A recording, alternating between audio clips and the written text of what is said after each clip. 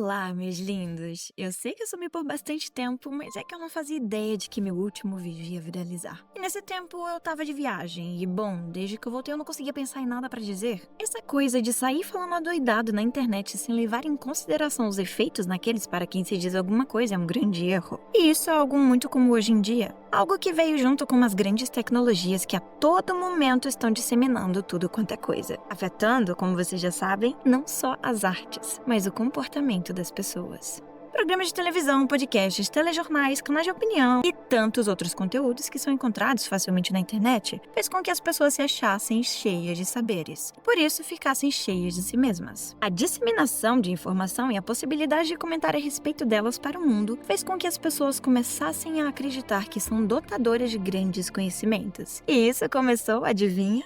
Pela industrialização.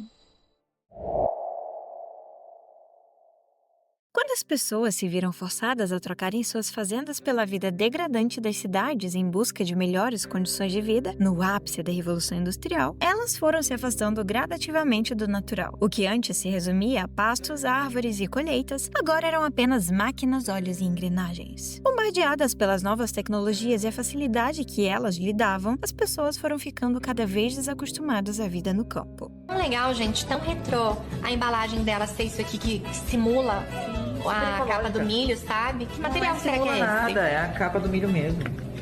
Aqui, ó. Mas é com a planta que eles se embrulham. Mas o Inmetro aprova isso? A cada nova visita que se fazia à família, que ainda habitava na fazenda, mais arrogante o homem da cidade se tornava. Pois ao contrário dele, sua família não perdia tanto tempo com as novas tecnologias. Ela estava ocupada demais vivendo sua vidinha simples, cuidando de seus animais, plantio e no tempo livre, apreciando a companhia de seus vizinhos. Enquanto ele, como cidadão de uma cidade, menosprezava cada vez mais aquele tipo de vida. Pois eles não entendiam como usar a maior parte das novas tecnologias, não faziam ideia das notícias que circulavam no mundo, não sabiam absolutamente nada e por isso não eram levados a sérios por ele. A cada nova geração que se levantava, esse desprezo aumentava, pois a sensação era de que o homem do campo nada sabia, enquanto os da cidade eram dotadores de inúmeros conhecimentos. A necessidade de pessoas que lidassem com as novas tecnologias e pudessem continuar o tal progresso foi ficando cada vez maior. Portanto, qualificar melhor todas as pessoas era uma ideia genial. A necessidade de educar toda a massa de trabalhadores foi resolvida com a educação básica dada nas escolas. O intuito de formar o homem comum não era de transformá-lo em um homem independente, mas sim um trabalhador mais qualificado. Só que, sem saber disso, o homem da cidade sentia-se extremamente importante. Muitas ideias foram surgindo embasadas naquilo que se lia nos jornais ou nos livros que lhes eram apresentados. Tudo isso fazia com que ele se sentisse cada vez mais superior. Primeiro, a seus pais e familiares, achando que ter lido um livro ou dois o fazia melhor que eles. Depois, aos mais velhos no geral, que não acompanhavam as novas tendências, dando a impressão de que todos eles eram burros. Sua superioridade foi indo mais longe, e então o homem da cidade começou a bater de frente com o passado, desprezando inúmeros conhecimentos passados de geração em geração, pois em sua cabeça tudo o que remetia ao passado era opressivo e degradante. Até, por fim, não se contentar em ficar abaixo da natureza, e hoje dedicar a sua vida tentando controlá-la.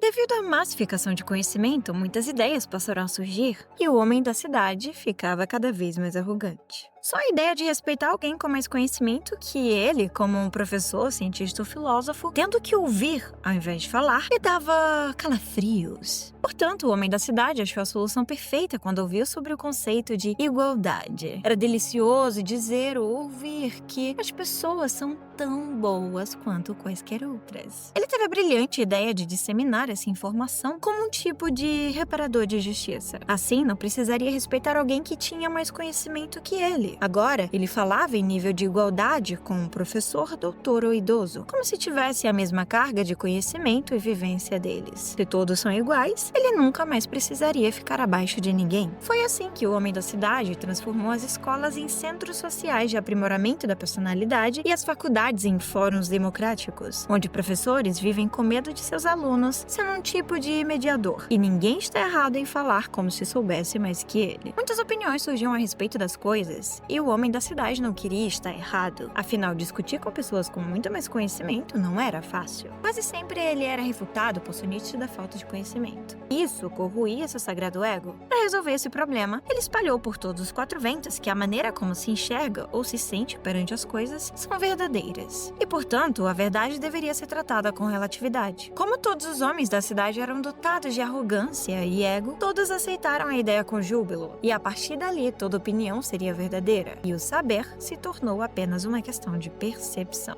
Se a verdade foi resumida à maneira como cada um a interpreta, logo, ninguém pode estar errado. Algo como: a beleza está nos olhos de quem vê, ou essa é a sua verdade, não a minha. Agora o homem da cidade está por todos os lados. Ele comenta sobre tudo o que acontece no mundo como se fosse um tipo de ser iluminado, dotado de sabedoria. Como ele pode falar abertamente, de igual para igual, com tudo e todos, ele não sente a necessidade de buscar por conhecimentos mais aprofundados. Pelo contrário, ele se utiliza de argumentos que ouviu em algum podcast, leu no Twitter ou de algum vídeo de opinião que tirou na internet, o que resulta em opiniões com quase nenhuma originalidade, o tornando um tipo de discurso que repete aquilo que ouve. Mas ele não se importa com isso, contanto que tenha seu momento de glória e seja acolhido pelo seu grupo de interesse comum. Ficou me perguntando como o homem da cidade reagiria se alguém lhe dissesse que a sensação ou percepção não exprime qualquer vontade de explicar a natureza humana, que se o saber for uma percepção, tudo o que fosse seria também o seu contrário. O pesado seria leve, o quente frio, o grande pequeno. Por aí adiante. Nada seria definido. E isso nunca o levaria em lugar algum, porque tornaria cada indivíduo o melhor crítico da sua experiência, tornando desnecessários os mestres, sábios, professores ou estudiosos, arruinando qualquer tentativa de investigação. Imagine como ele reagiria se lhe dissessem que a sensação pode até ser verdadeira para cada indivíduo, mas se torna insignificante se não exprime o saber efetivo, porque o saber não está nas sensações, mas sim no raciocínio sobre elas. Afinal, o que opina o que não opina nada. Imagine o triplex que se formaria em sua cabeça se o homem da cidade descobrisse que uma opinião, por mais verdadeira que seja, não é um saber, porque um saber é infalível, enquanto uma opinião vezes acerta, vezes não. Opiniões não são nada além de hipóteses.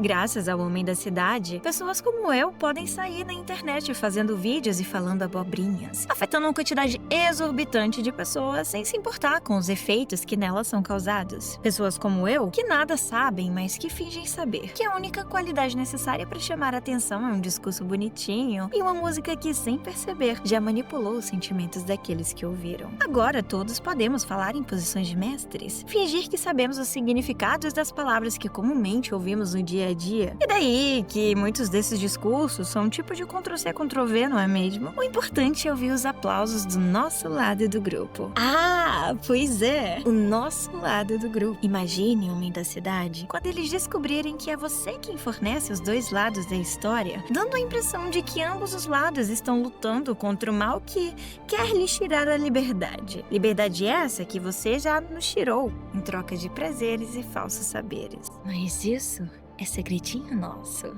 Afinal, eu também estou feliz por ser aplaudida e elogiada pelo meu grupo em comum.